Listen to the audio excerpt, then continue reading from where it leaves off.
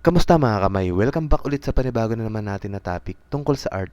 Sa video natin ngayon, ang tatalakayin natin ay kung paano i-grid yung mga papel na A4 at A3. Ito yung kadalasang tanong pag nagbabasa ako ng mga comment. So hindi ko kayo ini-encourage na umasa lagi sa grid. Mas mabuting pag-aralan din natin mag-freehand o gumamit ng Loomis method para mas marami tayong kaalaman. Ilalagay ko sa description yung mga nagawa ko ng video tungkol sa freehand. Pero bago tayo magsimula, intro muna tayo.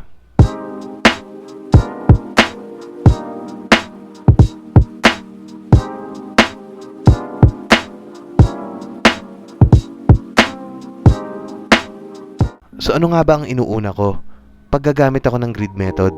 Ang inuuna ko ay maglagay ng grid sa ating papel at half inch yung ginagamit ko sa ruler.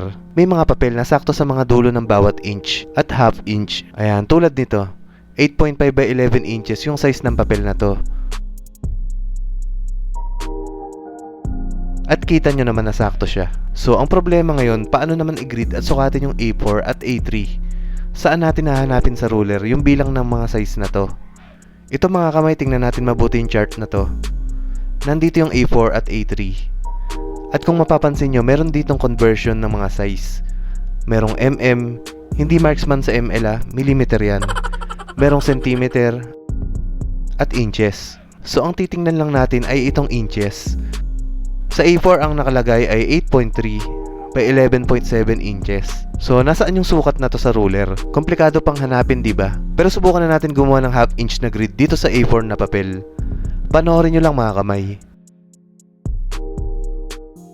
So, habang nag-grid tayo, kung bago ka pa lang dito sa channel ko, huwag kalimutan na mag-subscribe at i-hit ang notification bell para lagi kang updated pag may bago tayong video tulad nito.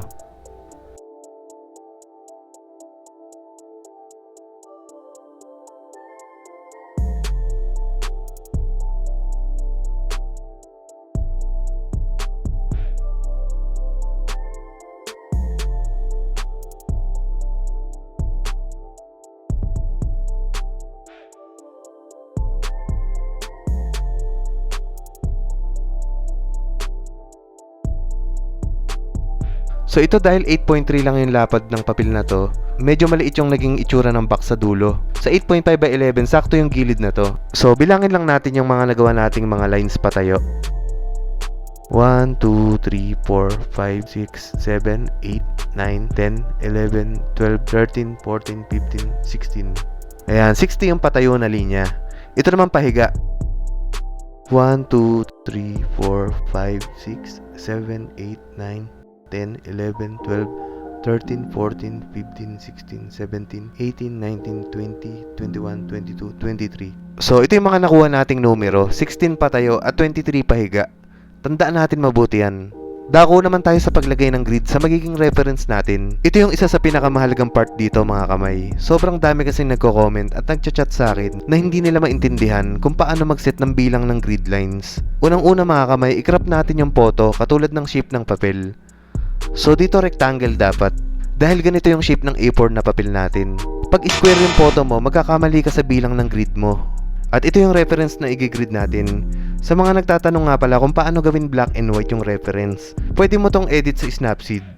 Ayan, punta ka lang dito sa tools. Tapos tune image. Then babaan mo ng todo yung saturation. Magiging black and white na yan.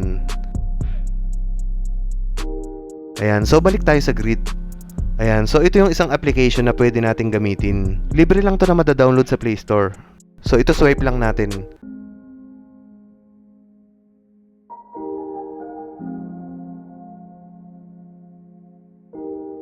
Click natin to, tapos palitan natin yung stroke color. Dapat yung kitang-kita.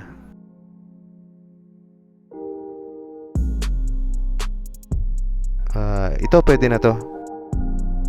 Tapos disable natin tong keep ratio.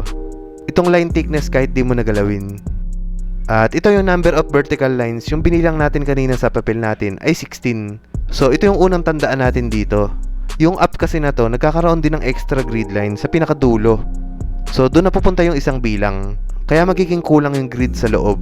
Kung saktong 16 lang din yung isiset natin dito. Kaya ang gagawin natin dyan ay susobrahan natin yung isiset natin na linya. So kung 16 yung bilang ng linya sa papel natin, ang ilalagay natin dito ay 17. Pag binilang mo naman yung grid niyan, saktong 16 yan. hindi na masyadong kita yung pinasobra natin na isa dahil nandun yun sa dulo. At ito ganun din dito sa pahigaan ng mga linya. 23 yung bilang ng linya sa papel, so magiging 24 to dahil plus 1 din tayo dito. Ayan, pag binilang mo rin to, 23 lang din yung grid lines na mabibilang mo. Ang importante ay nasunod natin yung bilang ng linya sa papel at linya sa reference. Yung mga bitin na sukat sa gilid, huwag mo nang problemahin yan dahil sasakit lang yung ulo mo dyan. Basta ang mahalaga naman sakto yung bilang ng mga grid lines at nasa gitna yung reference.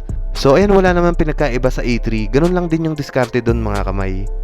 Huwag mo nang problemahan yung mga dulo na hindi tumutugma sa half inch. Kung may computer ka naman sa bahay, pag-aralan mo na gamitin yung Photoshop dahil doon talaga mas madaling gumawa ng grid lines at mag-edit ng mga reference. Halos nandun na lahat ng option. At siguro sa next video na lang natin pag-usapan yung mga iba pang paraan na yan. Sa ngayon, focus muna tayo dito sa mga napag-usapan nating lesson ngayon. Sana may mga natutunan kayo mga kamay. I-comment mo lang sa ibaba kung may mga request pa kayo na tutorials. Huwag din kalimutan na i-like yung video na to. At pag-subscribe kung bago ka pa lang dito. Salamat sa panonood mga kamay. Kita-kita tayo sa next video.